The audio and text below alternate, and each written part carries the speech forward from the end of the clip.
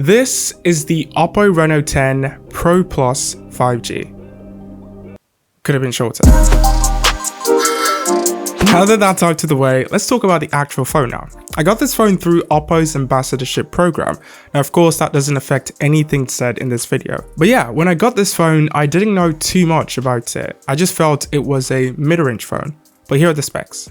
Snapdragon 8 Plus Gen 1, 12 gigs of RAM, a 120Hz Full HD Plus AMOLED display, a triple camera setup, 4,500 mAh of battery, and up to 100 watts of wired charging, all for $650. I don't review a lot of $650 phones, but that's impressive, right? I think also on the outside, they did a good job. It has this flagship vibe to it. It's thin, it's sleek.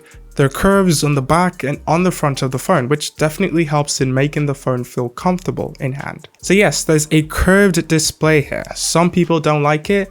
I personally don't really mind it. Plus, it also helps that the curve is slight here, so there's little to no distortion at the edges. The back is made of plastic, but it has this shimmery look to it, and it also feels really soft. This is the grey color, but there's also a purple. Wish I got that one, but this is nice too. I think anyone who sees the back of this phone would notice the giant camera module, so it's definitely a camera-centric phone. More on that later. Buttons are in the usual positions. The power button and volume buttons are both on the right side. I like how the power button has a green accent. That's a nice touch. We also have two speakers here, two really good speakers. Next to the top speaker, you notice we have an IR blaster. I love this feature a lot because I use my phone to control the TV all the time. One thing not present though is the headphone jack, just like on most flagships. There's also no expandable storage, so the tray at the bottom is just for your SIM cards. You can have 2 nano SIMs, but no SD card. Another thing some people might not like is how tall this phone is. Like, even with my big hands, touching the top corners of the screen was challenging.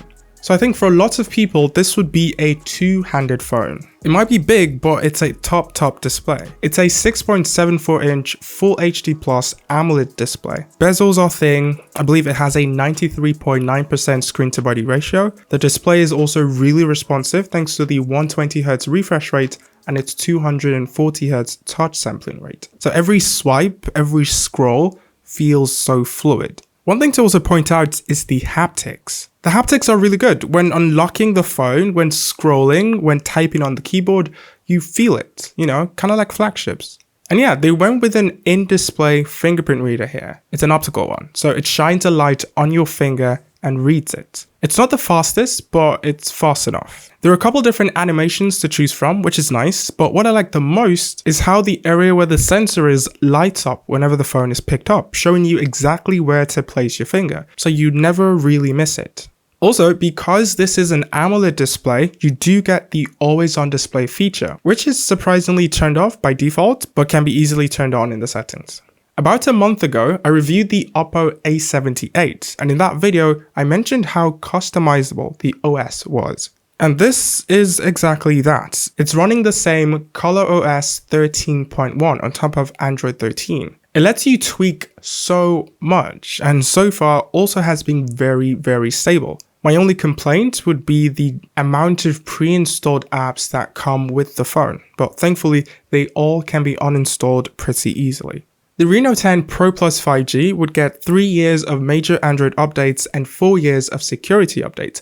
And I think in the Android world, that is like second best, so that's nice. Before we talk about cameras, I just want to touch on performance real quick. Like I mentioned earlier, this phone comes with the Snapdragon 8 Gen 1 processor. It's a pretty high-end chip. It was what we saw in most flagships in early 2022, so without a doubt, it's a powerful chipset. Everything you do on the phone is quick and snappy. Multitasking is super impressive.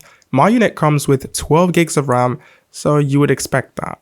And it's not just powerful, it's also efficient. It's built on a small 4nm processor, so you'd expect things like battery life to be great. So even though this comes with a 4500 mAh battery, which isn't small but also not large, it actually still lasts the entire day. Standby time for me was really good, and on days where I didn't do too much, honestly, I could go like 2 days without needing to charge it. But in the event that it does die and you need to charge it up, it takes roughly 30 minutes to fill up to 100%. Put simply, you would have zero issues with the overall battery experience on this phone. We've got a triple camera setup, a 50 megapixel main, a 64 megapixel periscope telephoto lens, and an 8 megapixel ultrawide lens. I took a bunch of photos indoors and outdoors, during the day and at night, and put simply, the cameras are very good, but I would say a tier below the flagships. And that's okay, because it's not a flagship. The ultrawide, which is 8 megapixels, would definitely be the weakest of the bunch. Its images aren't as sharp as the main and telephoto, but if you don't zoom in, they would be fine. The telephoto takes pictures at 3x and 6x. 6 times is a lot, so I found myself using 3 times most of the time. And it was really good. If you want more detail though, you would have to turn on the high res mode, and that would let you shoot 50 megapixel photos on the main and 64 megapixel photos on the telephoto. Since this is the portrait master, I took a lot of portraits on here. And I must say, I was actually really impressed. And what's really cool is after you take the photo, you can still adjust the depth of field and make it as blurry as you want.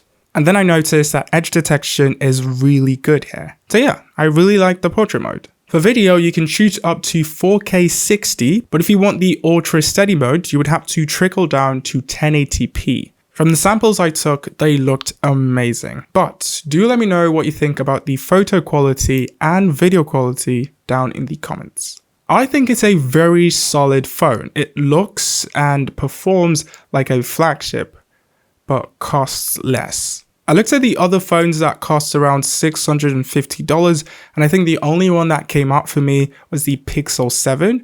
That's a $600 phone. And even now you can see it for around $450. But even with that, on paper, the Reno10 Pro Plus still beats the Pixel, hands down. So yeah, I think it's a really good phone, and it's also priced really well. The only issue might be availability. So like I mentioned earlier, this phone isn't available in Nigeria. I'm not too sure where it is available, but if you can get your hands on it, you wouldn't complain, I would say. But that's it. That's my review of the OPPO Reno10 Pro Plus 5G. Maybe change the name. Thank you guys so much for watching, and I'll see you when you see me.